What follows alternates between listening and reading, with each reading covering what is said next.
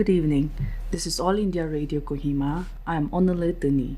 First, the headlines.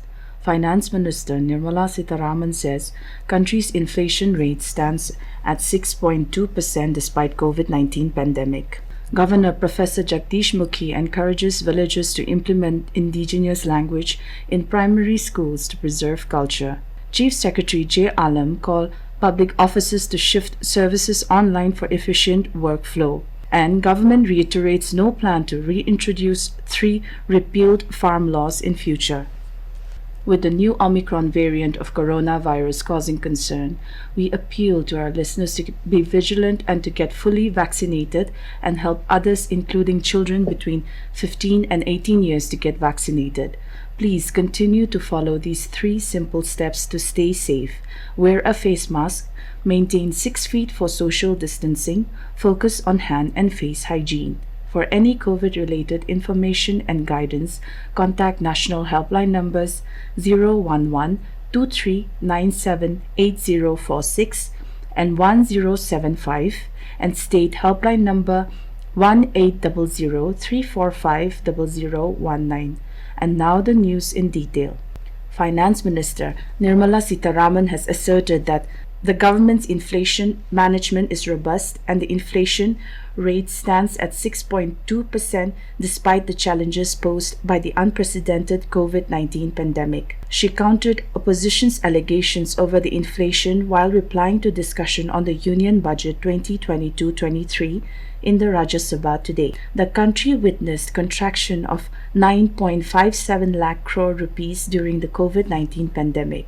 She said despite the huge contraction in the economy during the pandemic, the country's CPI inflation is at 6.2%, whereas it was 9.1% in 2008-2009. The minister said Union Budget 2022-23 talks about the stability and creating modern infrastructure in the upcoming 25 years. She said if the country does not have a vision for the next 25 years, it will suffer like in the past 70 years. Governor of Assam and Nagaland, Professor Jagdish Mukhi, encouraged villagers to implement indigenous language in primary schools to preserve and promote culture. He said this while interacting with villagers of Febuary district yesterday during his 2 days maiden visit. While observing that many Naga students go to different parts of the country in search of good institutions, he said all facilities and infrastructure should be provided within Nagaland for better education in the state. The governor pointed out that there were many discrepancies in educational institutions. However, Professor Mukhi assured to pursue the needs with the government of Nagaland. Chief Secretary of Nagaland, J. Alam, today called Labour Department and Department of Employment, Skill Development and Entrepreneurship to be automated to a feasible extent to make workflow of public offices more efficient. Alam said this while conducting a departmental review meeting with both the departments, stating that all registrations, renewals and payments should be done online for the benefit of youths, shop owners and business establishments. The Chief Secretary instructed the departments to develop the necessary software and shift online at the earliest. Labour Department said Nagaland Building and Other Construction Workers Welfare Board was one scheme where around 1,000 youth across the state have been trained to take up construction trade as a full-time career. Department of Employment, Skill Development and Entrepreneurship stated that one Entrepreneurs Development Center at Government ITI Complex Kohima has been set up with the primary objective to train and create support mechanism to enterprising youths. The government today reiterated that there is no plan to reintroduce the 3 repealed farm laws in the future. This was stated by Agriculture Minister Narendra Singh Tomar in a written reply in the Rajya Sabha today on providing compensation to the farmers who died during the protest against the laws. The minister said the subject of compensation to the families of the deceased farmers is with the concerned state governments. On MSP, Tomar said a large number of the purchase centers in addition to the existing mandis and depots are also established for the convenience of farmers to ensure effective procurement by government agencies. You're listening to All India Radio Kohima. You can also listen to this news bulletin on News on AIR app and YouTube channel AIR News Kohima. Power Minister R.K. Singh has stressed that India will replace diesel with renewable energy to achieve target of zero diesel use in the agricultural sector by 2024. Singh today chaired virtual meeting with states and union territories to discuss the energy transition goals of the country.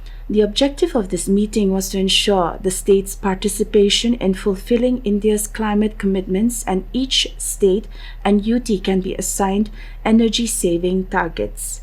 Singh stressed on the need for collaborative efforts between the central and state governments towards the large-scale deployment of energy efficiency measures in potential sectors of the economy. He emphasized the need to have state-specific agency dedicated for energy efficiency and conservation.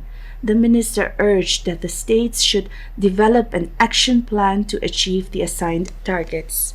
Field Outreach Bureau Ministry of Information and Broadcasting Kohima, in collaboration with Modern College Febuary Kohima, is organizing a photo exhibition on Azadi Ka Amrit Mahotsav at the college premises. Gracing the inaugural program, Director of Art and Culture, Government of Nagaland, Adela Mao, said Azadi Ka Amrit Mahotsav is a celebration of not only how far the country has come, but a celebration of how the country began its journey. She said photo exhibition like this recalls an era of bravery. She expressed hope that the exhibition will be educative for all in learning about our freedom fighters and the unsung heroes. Adela also encouraged students and faculty to visit the State Museum and learn about the historical documents through the archives section. Principal of Modern College, Dr. Vitsoyano, said such exhibition will help all to remember about the freedom struggle and the social reforms made by freedom fighters. Field Exhibition Officer of Field Outreach Bureau, P. Sophie, said the exhibition is a humble attempt to recall forgotten heroes of our freedom struggle, many of whom might be renowned yet unknown to the new generation. Sophie said the aim of recreating and bringing forth stories and photographs will serve as a medium of inspiration and encouragement for the coming generations. The photo exhibition will be displayed till Monday. Nagaland State Commission for Women undertook a week-long visit to Noklak, Mokokchung and Longleng district to take stock of the status and condition of women in these districts. Headed by Chairperson Kreno Tache, the NSCW team held interactive sessions with tribal women hohos and also visited district hospitals, district jails, women police stations, and Saki one-stop centers. 35 new COVID-19 positive cases were detected in the state today, taking the total caseload to 35,117. 70 persons also recovered from the infection, and with that a total of 32,390 persons have recovered till date. One more death was registered during the day, taking the death tally to 746. There are 509 active cases in the state.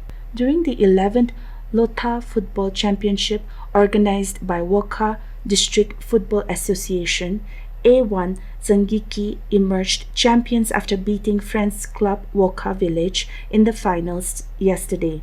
NDPP Vice President Y.M. Humsoy, while addressing the gathering, encouraged players to be dedicated and give their best in games.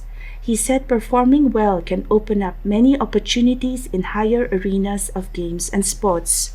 The headlines once again. Finance Minister Nirmala Sitharaman says country's inflation rate stands at 6.2% despite COVID-19 pandemic. Governor Professor Jagdish Mukhi encourages villagers to implement indigenous language in primary schools to preserve culture. Chief Secretary J. Alam called public offices to shift services online for efficient workflow. And government reiterates no plan to reintroduce 3 repealed farm laws in future. That is all we have in this evening news bulletin. Good night.